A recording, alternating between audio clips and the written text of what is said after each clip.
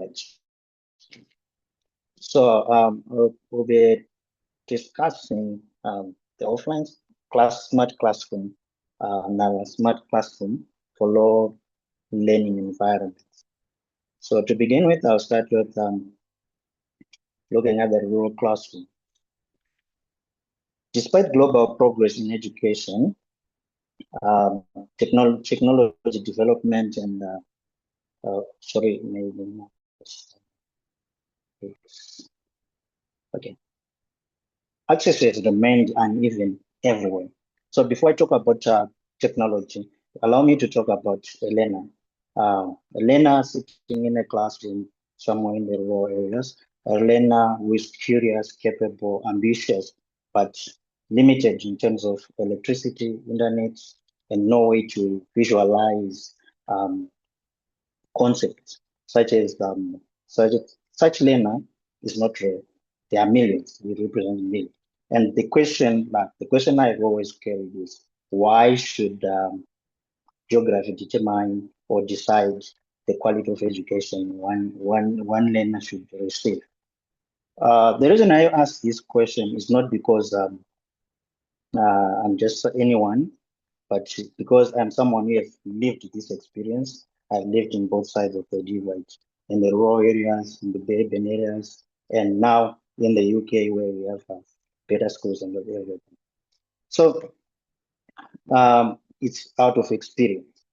Okay, but history has taught us something. Historical experience has shown that progress is achieved not merely through aspirations, but by eliminating obstacles that impede advancement. If we look at for flights, it was the controls. And then for electrical vehicles, it was energy storage. For artificial intelligence that we are talking about every day now, it was the compute access.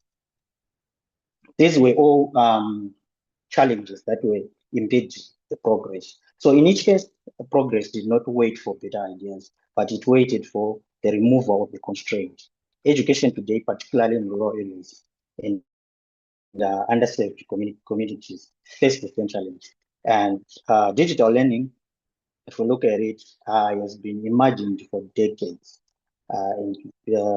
But without access to power, to connectivity, and directed tools, that vision had remained unreachable to millions of learners, particularly in Africa. So the problem that we have, the problem statement here, according to UNESCO and World Bank reports in 2023, we have figures like 50% of schools in sub-Saharan, they lack electricity and internet access. We have 80% of learners in sub-Saharan Africa who have neither have access to household computers nor internet access at home. And we also look at a staggering figure of 85% and above of youths in Africa that leave school without basic digital literacy skills.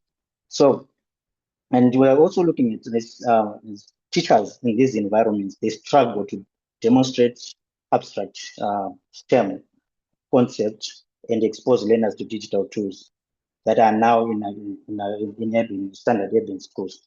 As a result, learners from rural schools often enter colleges, universities at a disadvantage, not because of ability, but because of lack of exposure. So this gap does not only affect academic outcomes, it affects confidence, digital literacy, and long-term participation in technology-driven world that we are now living. So let me move on. So let's look at the theoretical foundation of our this presentation. This work is informed by three main theoretical perspectives. Firstly, is the research that shows that interactive visual instructions significantly improves understanding of abstract concepts, particularly in STEM subjects. And then secondly, we look at the TPEC framework that emphasizes technology, pedagogy, and content. I mean, it means it actually emphasizes that it is meaningfully integrated. If these are integrated meaningfully, then it works. Then the third one is the equity-focused education framework, which highlights the importance of shared access models in low-resource environments, where one-to-one device distribution is often impractical. So these are the three main theoretical foundations we looked at. Now let's look at the solution that we have that I have proposed or that we have designed. We've designed a smart class kit, which is a portable solar-powered all-in-one classroom in a bag, which is designed specifically, not only specifically for underserved environment, but it also works even in modern classrooms. So this is national infrastructure designed for environments where most technology is ignored. NHAVA is designed as a complete portable digital classroom. It includes a laptop, an interactive projector, a document scanner, solar-powered battery system, an offline digital learning library, and we also put an extra 4G dongle for internet access through cellular networks. Then the system is fully operational without internet and can be powered entirely by solar energy, making it sustainable and suitable for deployment in most remote settings. Importantly, this system is teacher-centered and learner-focused, which enhances existing pedagogy rather than replacing them. Then let's look at the system architecture, the whole system, how it looks like. So we're looking at this system as it operates in a simple plug-and-play architecture. Once deployed, the teacher can project interactive content onto the surface and deliver visually rich lessons without relying on external infrastructure. The system is designed for portability, rapid setup, and minimum technical expertise. This also ensures easy adoption in schools with limited technical support. Then the methods and observations that we have done, we have adopted a design-based research approach. And we're saying this research is not about claims, it is about the evidence and iteration. So it's like deploy, get evidence and all that. Then this design-based approach was adopted, focusing on iterative development and contextual suitability. The prototype was developed and validated through expert-informed design principles, and then the observations are consistent with prior studies on technology-supported learnings. The studies on how to use smart boards, interactive smart boards, and all that. That's the outcome is more or less the same, but this one is now specifically targeting those underserved communities. And the implications, discussions and implications, NHAVA prepares the learner not just for exams, but for the future. So beyond immediate instructional benefits, NHAVA plays a critical role in digital exposure and confidence building. Learners who interact with digital tools early are better prepared for higher education and professional environments. And importantly, now also creates a foundation for AI adoption. Nowadays, we are just talking about AI, and this one creates a foundation for that. The system supports the installation of offline AI models, allowing teachers to introduce AI concepts responsibly, even in environments without internet. This prepares learners for AI-driven world while ensuring ethical and contextual use of technology.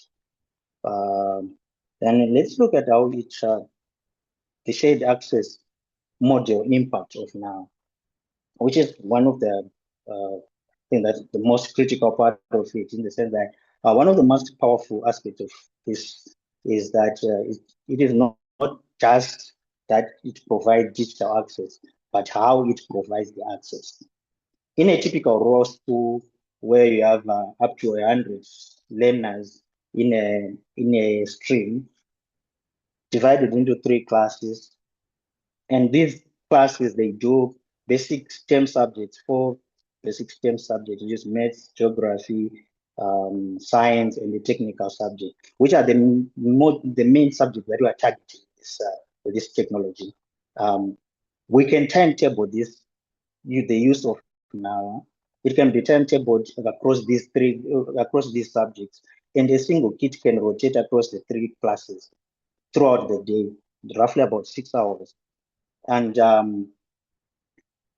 that it works perfectly. And the result is simple but powerful.